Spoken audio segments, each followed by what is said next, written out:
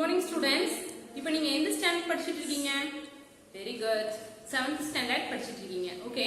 உங்க ஹைட்ட நான் செக் பண்ணனும் அப்படினு கூப்பிடுறேன். ரெண்டு பேரை கூப்பிடுறேன். உங்களோட ஹைட்ட நம்ம செக் பண்றோம். சரியா?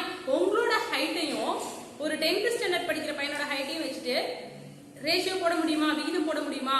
ஏனா உங்களுக்கு கொஞ்சம் ஹைட் கம்மியா இருக்கும். உங்களை விட ரொம்ப பெரிய பசங்களோட ஹைட் அதிகமா இருக்கும். இப்போ நம்ம கம்பேர் பண்ணல என்ன பண்ணனும்னா ஒரே வயசு இருக்க பசங்களோட ஹைட்டை தான் நம்ம என்ன பண்ணனும்? கம்பேர் பண்ணனும். இப்போ நம்ம என்ன பார்க்க போறோம்னா நேர் மற்றும் எதிர் விகிதங்கள் பார்க்க போறோம். சரியா? விகிதங்கள் அப்படினா என்ன? ஃபார் எக்ஸாம்பிள் ஒன்னு சொல்றேன் கேளுங்க. இப்போ ஹைட் சொன்னேன்லப்பா அதே மாதிரி தான். இப்போ நீங்க கடைக்கு போறீங்க.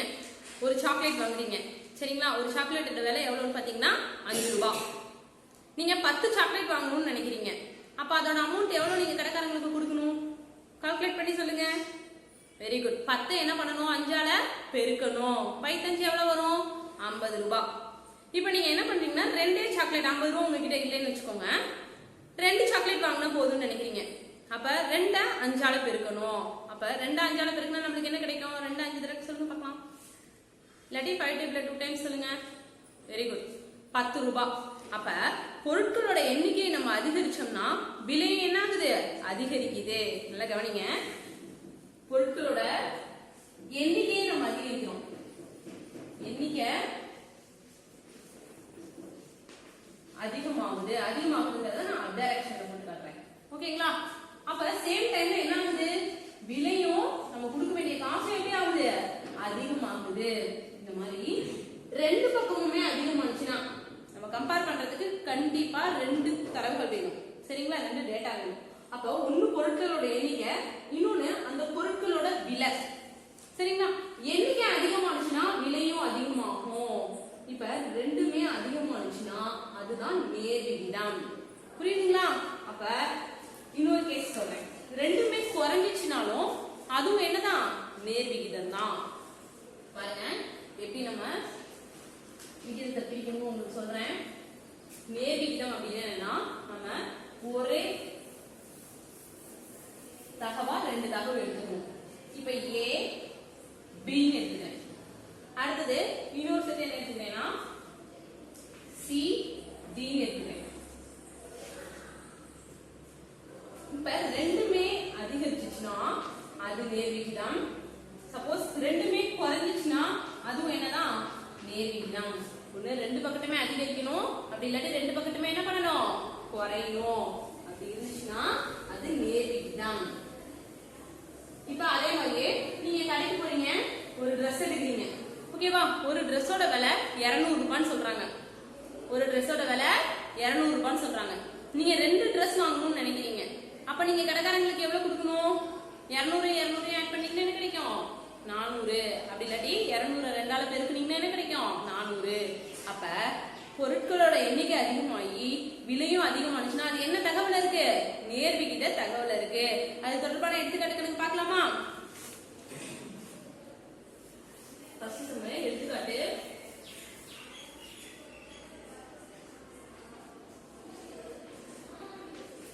ஒன்று 24 பென்சில்களை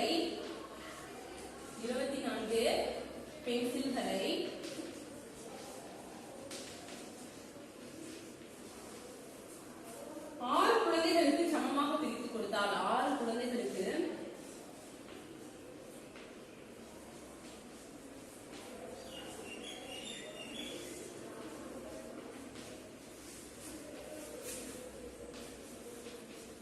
சமமாக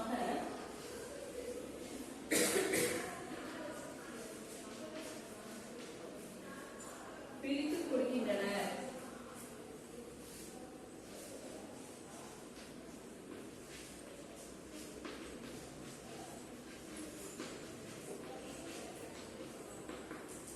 அடுத்து அதே போல் கொடுத்தால்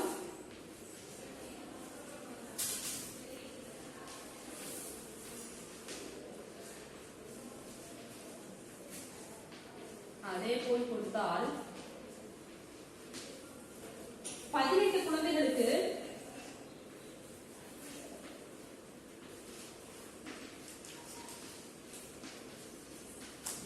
18 குழந்தைகளுக்கு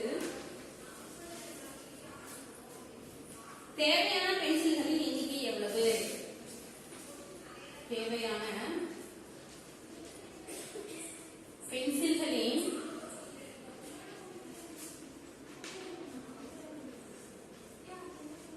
எண்ணிக்கை எவ்வளவு?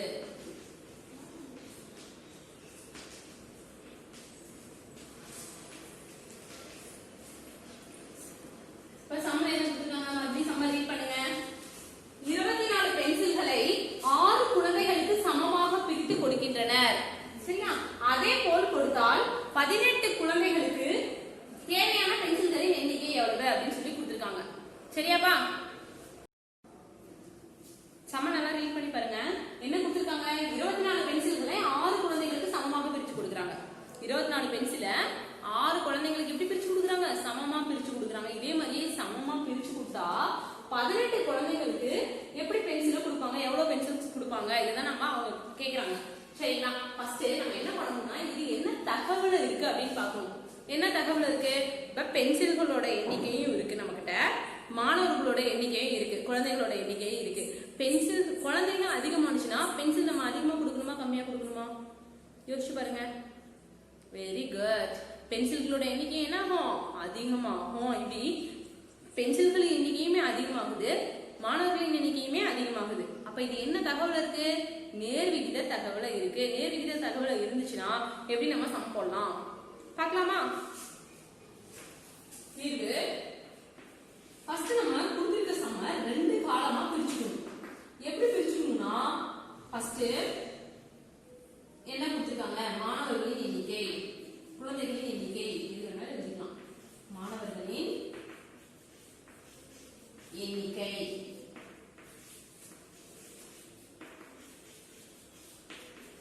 சரிங்களா? மாணவர்களின் எண்ணிக்கை. அடுத்தது என்னன்னா பென்சில்களின் எண்ணிக்கை. பென்சில்களின் எண்ணிக்கை.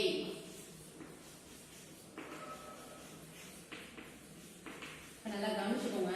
மாணவர்களின் எண்ணிக்கைன்னு ஃபர்ஸ்ட் நான் ஒரு குழந்தைகளோட எண்ணிக்கை எடுத்துட்டேன், அடுத்து பென்சில்களோட எண்ணிக்கை எடுத்துட்டேன். சரிங்களா? இப்ப சம்ம நம்ம ரேட் பண்ணணும். 24 பென்சில்களை 6 குழந்தைகளுக்கு சமமா பிரிச்சு கொடுக்குறாங்க. அப்ப குழந்தைகளோட எண்ணிக்கை எவ்வளவு? 6 குழந்தைகளுக்கு 24 பென்சில்களை சமமா பிரிச்சு கொடுக்குறாங்க. சரிங்களா? அதே போல் பிரித்து கொடுத்தால் 18 குழந்தைகளுக்கு தேவையான பென்சில்களின் எண்ணிக்கை. 18 குழந்தைகளுக்கு எவ்வளவு பென்சில் தேவைன்னு அவங்க கேட்டிருக்காங்க. தெரியாத வேல்யூவை நம்ம எக்ஸ்னு வச்சுக்கலாம். நல்லா கவனமா கவனிங்க மாணவர்களே. என்ன கொடுத்திருக்காங்கன்னா மாணவர்களோட எண்ணிக்கை கொடுத்திருக்காங்க, பென்சில்களோட எண்ணிக்கை கொடுத்திருக்காங்க. 6 மாணவர்களுக்கு 24 பென்சில்களை சமமா பிரிச்சு கொடுத்தா 18 குழந்தைகளுக்கு எத்தனை கொடுப்பீங்க? எவ்வளவு பென்சில்களோட எண்ணிக்கை எவ்வளவு? அதுதான் நம்ம கிட்ட கேட்டிருக்காங்க. இப்ப பாருங்க, இங்க 6 இருக்கு, இங்க 18 இருக்கு. அதிகரிச்சிருக்கா குறைஞ்சிருக்கா எண்ணிக்கை? வெரி குட், அதிகரிச்சிருக்கு. அப்ப குழந்தைங்களோட எண்ணிக்கை அதிகமா இருந்துச்சுன்னா நீங்களே நல்லா யோசிச்சு பாருங்க. ஒரு குழந்தைங்களுக்கு 5 பென்சில் கொடுக்குறோம்னு வச்சுக்கோங்க. 3 குழந்தைங்க ஆனிச்சுன்னா 15 பென்சில், 4 குழந்தைங்க ஆனிச்சுன்னா 20 பென்சில். அப்ப குழந்தைங்களோட எண்ணிக்கை அதிகரிக்க அதிகரிக்க பென்சிலோட எண்ணிக்கை என்ன ஆகுது? அதிகமாகுது. அப்ப ரெண்டுமே அதிகமாகுது. பாருங்க, மாணவர்களின் எண்ணிக்கை அதிகரிக்கும் பொழுது பென்சில்களின் எண்ணிக்கையும் அதிகரிக்கிறது. இது ரெண்டுமே டைரக்ஷன்ல ரெண்டுமே அதிகரிச்சுச்சுன்னா அது என்ன தகவல் இருக்கு? நேர்விகித தகவல் இருக்கு. இது நேர்விகித தகவல் ஆகும். இது நேர்விகிதம் ஆகும்.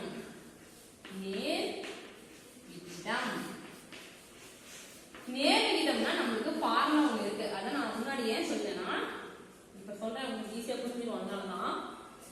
இத எக்ஸ்ன்னு வச்சுக்கணும், இத ஒய்ன்னு வச்சுக்கணும். இது என்ன வச்சுக்கணும்? எக்ஸ்ன்னு வச்சுக்கணும், இத ஒய்ன்னு வச்சுக்கணும். இதுல ஃபர்ஸ்டா வர்றது x1 divided by y1 is equal to x2 divided by y2. இதுதான் ஃபார்முலா. இந்த ஃபார்முலா பத்தி எந்த கவலையுமே பட தேவையில்ல. நான் சிம்பிளா எப்படி சம் போடுறதுன்னு உங்களுக்கு சொல்லி தரேன். சரிங்களா? நேர் விகிதமா இருந்துச்சுன்னா நீங்க ஃபார்முலா பத்தி கவலையே படவே படாதீங்க. என்ன பண்ணணும்னா குறுக்கு பெருக்கல் பெருக்கணும். குறுக்கு பெருக்கல் பெருக்கணும். எப்படி குறுக்கு பெருக்கல் பெருக்கிறது அப்படின்னா கவனிங்க பார்க்கலாம். 6ஐயும் இந்த ஏரம் மட்டும் கூட நீங்க அங்க போட்டுக்கோங்க. உங்களுக்கு கன்ஃபியூஷன் வராம இருக்கிறதுக்கோசரம் இந்த பக்கம் போட்டுக்கோங்க.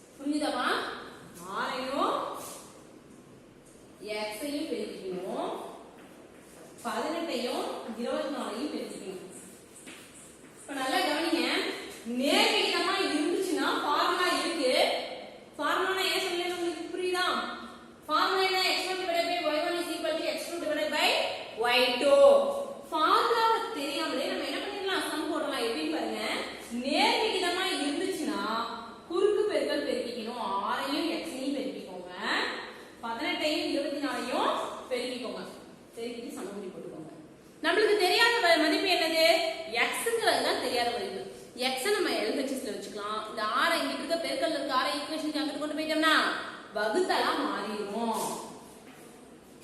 18 இன்டு 24 வகுத்தல் 6. ஆறாவது படிச்சு சொல்லுங்க பார்க்கலாம். Very good.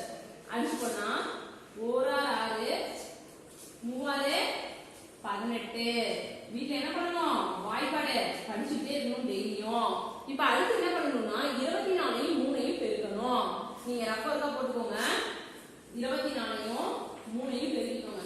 4 3 12 மீதி 1 2 6 6 கூட்டினா 7. அப்ப மொத்தமா எத்தனை? 72 பெருசு. இப்ப என்ன கேட்டுக்கோங்க நமக்கு? 18 குழந்தைகளுக்கு தேவையான பென்சில்களின் எண்ணிக்கை எவ்வளவு அப்படின்னு கேட்டிருக்காங்க. therefore தேவையான பென்சில்களின் எண்ணிக்கை 72. தேவையான பென்சில்களின் எண்ணிக்கை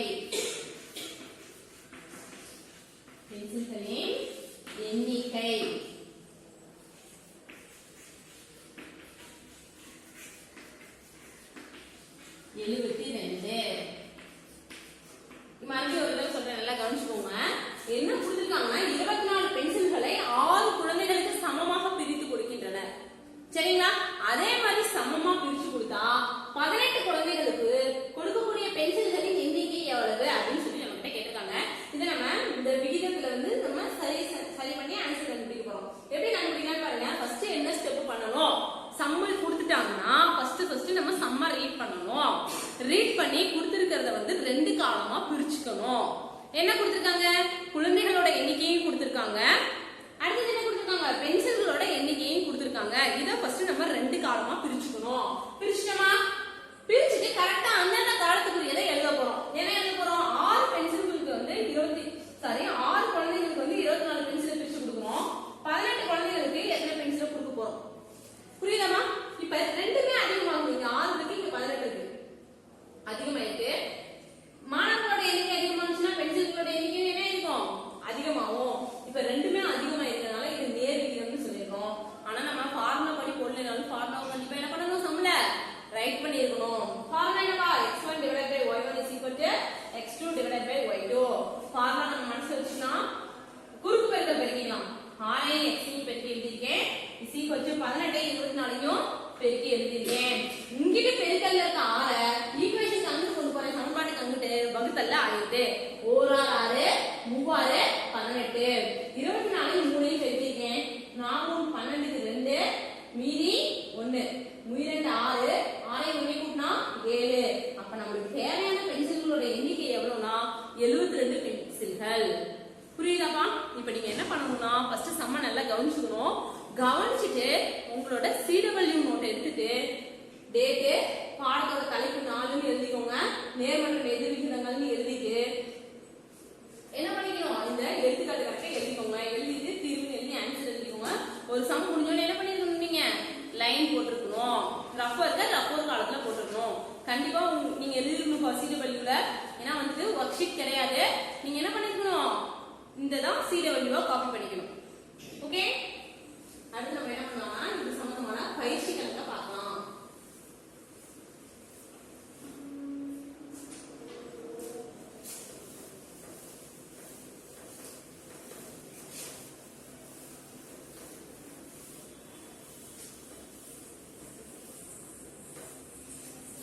பயிற்சி கணக்கு பார்க்கலாம். பயிற்சி 4.1 அதுல 3வது கணக்கு பாருங்க.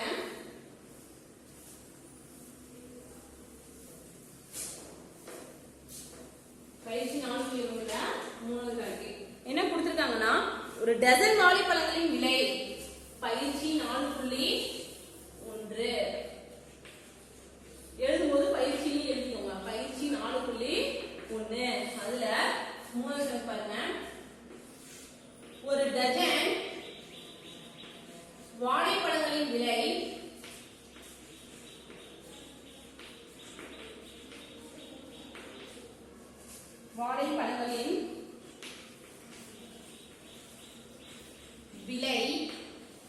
ரூபாய் 20. ரூபாய் 20 எனில் 48 வாழைப்பழங்களின் 48 வாழைப்பழங்களின் விலை என்ன?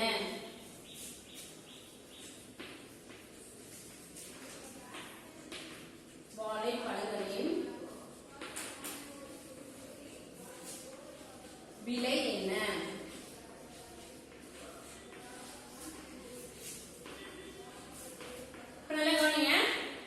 என்ன சமம் கொடுத்திருக்காங்கன்னு பாத்தீங்கன்னா, ஒரு டஜன் வாழைப்பழங்களோட விலை ரூபாய் 20 எனில் 48 வாழைப்பழங்களின் விலை என்ன அப்படின்னு சொல்லியிருக்காங்க. உங்களுக்கே முன்னாடியே தெரியும், ஒரு டஜன் அப்படின்னா அதுல எத்தனை பார்ப்போம்? Very good. ஒரு டஜன்னா அதுல 12 இருக்கும். நம்ம ரப்பர் என்ன இருந்துச்சுன்னா, ஒரு டஜன் அப்படின்னா எத்தனை இருக்கும்? 12 இருக்கும். இது உங்களுக்கு முன்னாடியே தெரியும். தெரியலனா பாத்துக்கோங்க. ஒரு டஜன்ல எத்தனை இருக்கும்? 12 இருக்கும். ஒரு டஜன் வாழைப்பழங்களோட விலை வந்து ரூபாய் 20 கொடுத்திருக்காங்க. 48 வாழைப்பழங்களின் விலை என்னன்னு சொல்லிட்டு கேட்டிருக்காங்க. சரிங்களா? நம்ம கொடுத்திருக்க சம்ல 2 காலமா பிரிச்சுக்கணும். என்ன பண்ணிக்கணும்? ஒண்ணு பொருட்களோட எண்ணிக்கை, இன்னொன்னு பொருளோட விலை. நம்ம இப்ப இங்க என்ன கொடுத்திருக்காங்க? வாழைப்பழம் கொடுத்திருக்காங்க. அப்ப நம்ம என்ன பண்ணணும்னா, தீர்வு ஃபர்ஸ்ட் ஸ்டெப்ல வாழைப்பழங்களின் எண்ணிக்கை, வாழை பழங்களின் எண்ணிக்கை,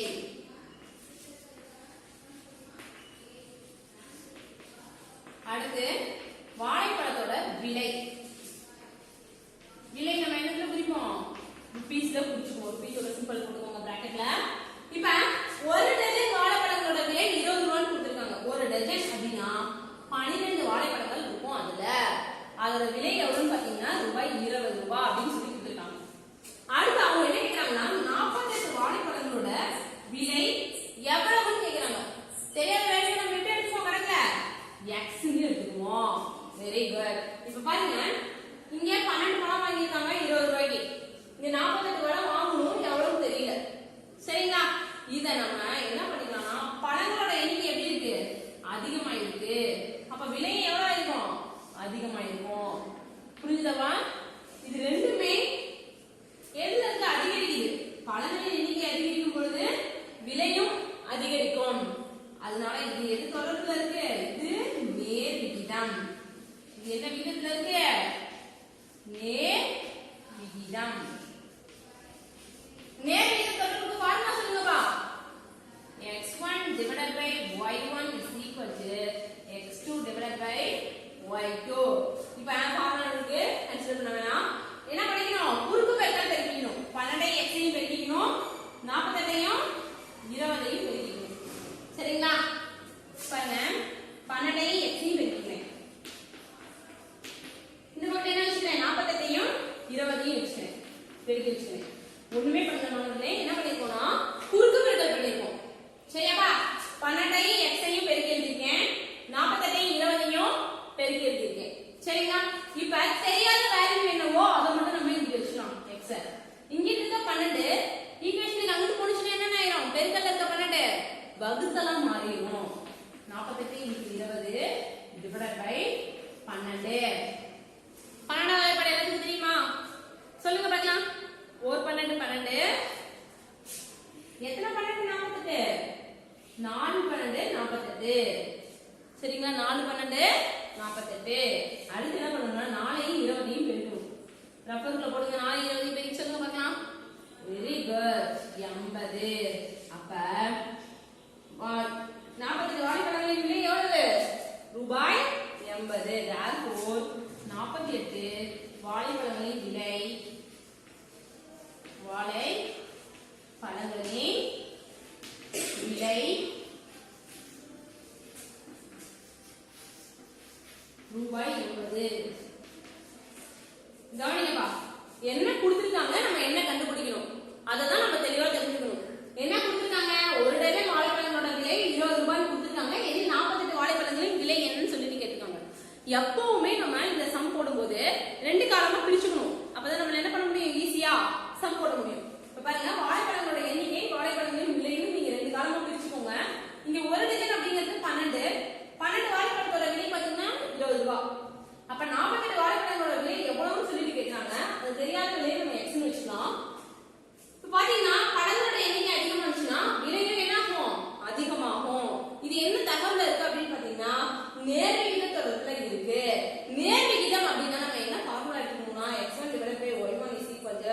x2 divided by y2 நம்ம குறுக்கு பெருக்கல் பெருக்கலாம் 12 into x 48 into 20 இப்போ இங்க இருக்க பெருக்கல் 12 ஈக்குவேஷன் கவுண்ட் போனுச்சு என்ன ஆயிரும் வகுத்தல் 12 ன்னு ஆயிரும் 1 12 12 4 12 48 4 20 பெருக்கினா நமக்கு என்ன கிடைக்கும் 80 therefore 48 வாழைப்பழங்களோட விலை எவ்வளவு ரூபாய் 80 புரியுதுங்களா இந்த சமம் என்ன பண்ணிக்கணும் CW நோட்ல வகுப்பு நோட்ல காப்பி பண்ணிக்கணும் உங்களுக்கு வர்க் ஷீட் கிடையாது நான் CW போயிட்டு இருக்கு அதனால வர்க் ஷீட் கிடையாது இந்த சம்ஸ் என்ன பண்ணணும் நீங்க நல்லா லிசன் பண்ணிக்கணும் அதே சமயத்துல நோட்லயும் காப்பி பண்ணிக்கணும் ஃபர்ஸ்ட் லிசன் பண்ணிக்கணும் அப்புறமேட்டு நீங்க நோட்ல காப்பி பண்ணிக்கணும் ஒரு சம் முடிஞ்ச என்ன பண்ணணும் ஸ்கேல் யூஸ் பண்ணி லைன் வரைஞ்சுக்கணும் சரிங்களா அடுத்து நாலாவது சம்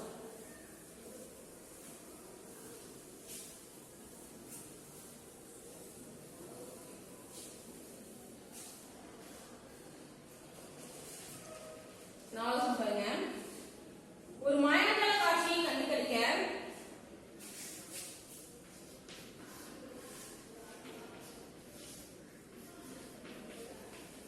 மாயா ஜால காட்சியை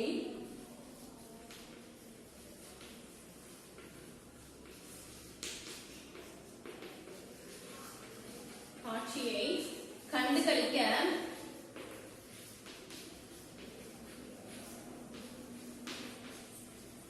கண்டுகளிக்க 21 மாணவர்களுக்கு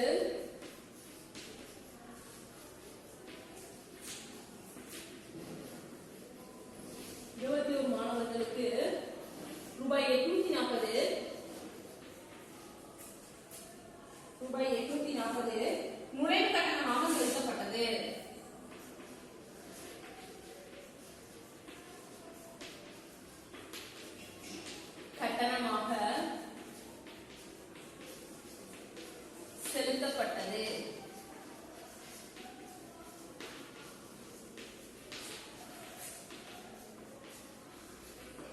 செலுத்தப்பட்டது எனில் ரூபாய் 1680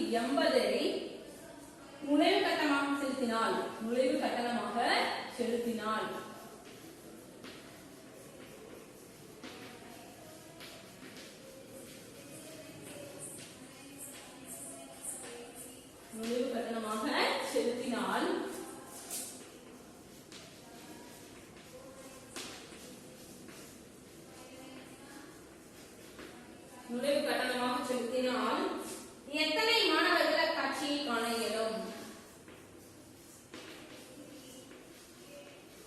எத்தனை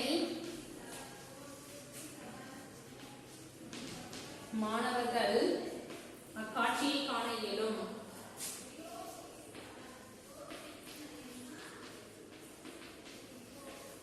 காட்சியை காண இயலும் மறுபடியும் ஒரு தடவை ரீட் பண்ணி பாருங்க என்ன கொடுத்திருக்காங்கன்னு சொல்லிட்டு என்ன கொடுத்திருக்காங்க ஒரு மாயாஜால காட்சியை கண்டுகளிக்க 21 மாணவர்களுக்கு ரூபாய் 840 நுழைவு கட்டணமாக செலுத்தப்பட்டது ரூபாய் 1680 நுழைவு கட்டணமாக செலுத்தினால் எத்தனை மாணவர்கள் அக்காட்சியை காண இயலும் சரிங்களா மாயாஜால காட்சி அப்படின்னா என்ன ஒரு மேஜிக் ஷோ சரிங்களா ஒரு மேஜிக் ஷோ நடக்குது அதுக்கு வந்து என்ட்ரி ஃபீஸ் கேக்குறாங்க நுழைவு கட்டணம் கேக்குறாங்க அது எவ்வளவுனா 21 மாணவர்களுக்கு ரூபாய் 840 ரூபாய் கேக்குறாங்க சரிங்களா எத்தனை மாணவர்களுக்கு 21 மாணவர்களுக்கு எவ்வளவு காசு கொடுக்கணும் ரூபாய் 840 ரூபாய் கொடுக்கணும் சரிங்களா அது மாதிரி கொடுத்தோம்னா 1680 ரூபாய் கட்டியிருந்தா எத்தனை மாணவர்கள் அந்த ஷோவை பார்க்கலாம் அந்த மேஜிக் ஷோவை பார்க்கலாம் அப்படின்னு சொல்லி கேட்டிருக்காங்க சம நல்லா புரியுதுங்களா இங்க ரெண்டு கொடுத்திருக்காங்க என்னன்னு கொடுத்திருக்காங்க ஒண்ணு மாணவர்களோட எண்ணிக்கை கொடுத்திருக்காங்க அடுத்து அவங்க செலுத்த வேண்டிய கட்டணம் கொடுத்திருக்காங்க ரெண்டு காலமா நம்ம ஃபர்ஸ்ட் கொடுத்திருக்கிறத என்ன பண்ணிக்கணும் பிரிச்சு எழுதிக்கணும் கொடுத்திருக்கிறத இந்த காலமா பிரிச்சுக்கோங்க என்ன கொடுத்திருக்காங்க மாணவர்களோட எண்ணிக்கை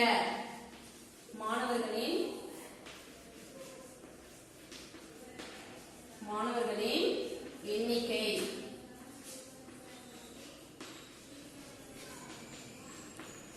அப்புறம் நம்ம கட்டின அமௌண்ட் செலுத்திய தொகை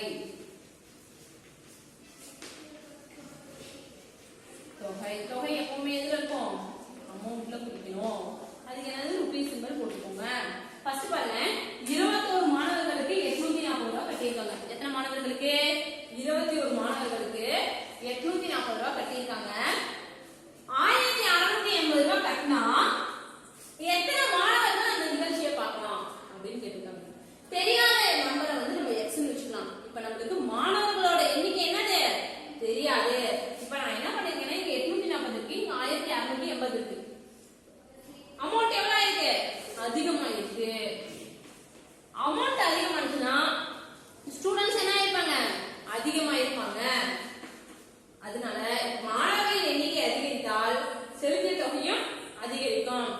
செலுத்திய தொகை இங்க அதிகரிச்சிருக்கு, அதனால மாணவர்களோட எண்ணிக்கை என்ன இருக்கு அதிகமாகும். இது ரெண்டுமே ஒரே சமயத்துல அதிகமா இருந்துச்சுன்னா அது எந்த தகவல் இருக்கு நேர் விகித தொடர்புல இருக்கு.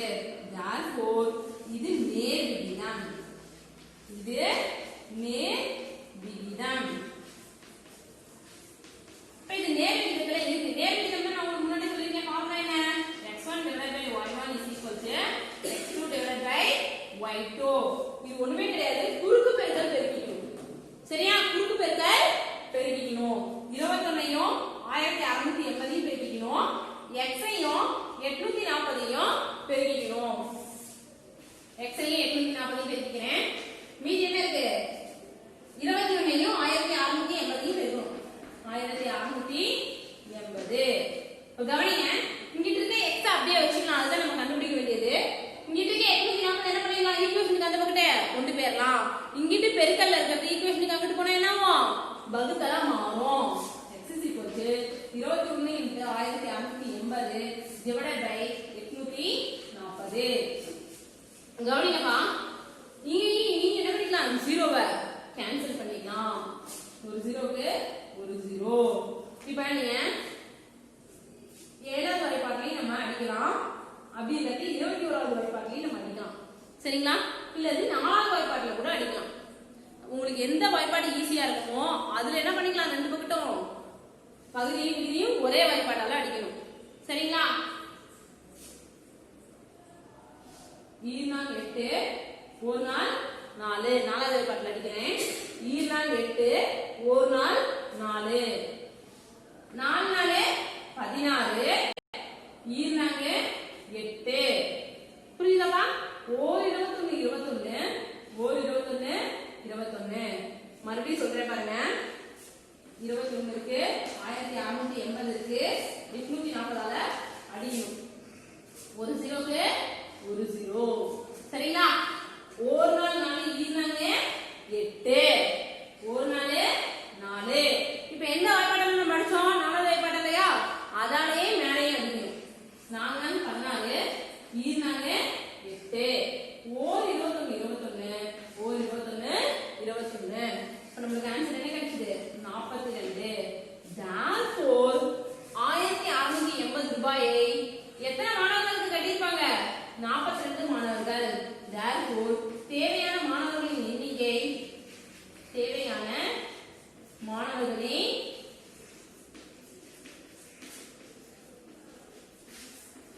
எண்ணிக்கை 42.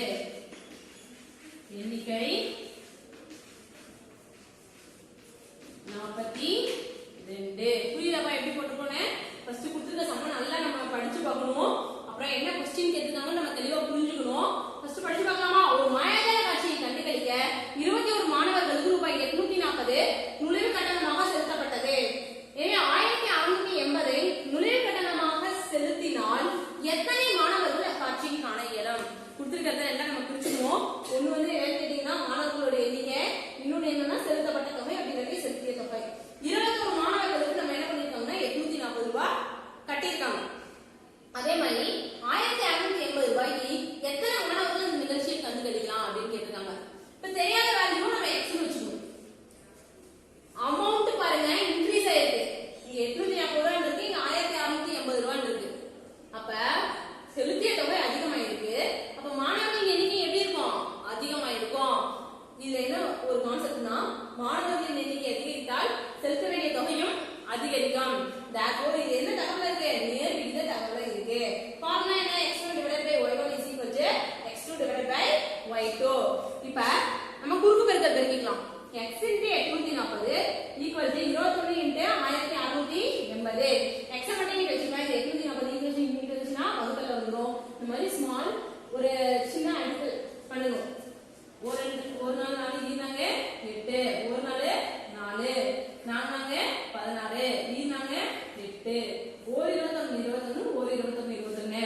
நமக்கு இப்ப தேவையான மாணவர்களோட எண்ணிக்கை எவ்வளவு ஆச்சு? 42. நீங்க என்ன பண்ணணும்னா, இன்னைக்கு நடத்தின சம்ஸ் எல்லாமே உங்களுக்கு புரிஞ்சுதா? இந்த சம்ஸ்ல என்ன பண்ணணும்னா நீங்க வீட்ல நல்லா போட்டு பார்த்துக்கோங்க. கிளாஸ் நல்லா கவனிச்சுங்க. அதுக்கப்புறம் CW எழுதிருங்க. சரிங்களா? ஒரு சம் முடிஞ்சோடனே ஒவ்வொரு சம்முக்கும் லைன் போடுங்க, நீட்டா வச்சுக்கோங்க CW.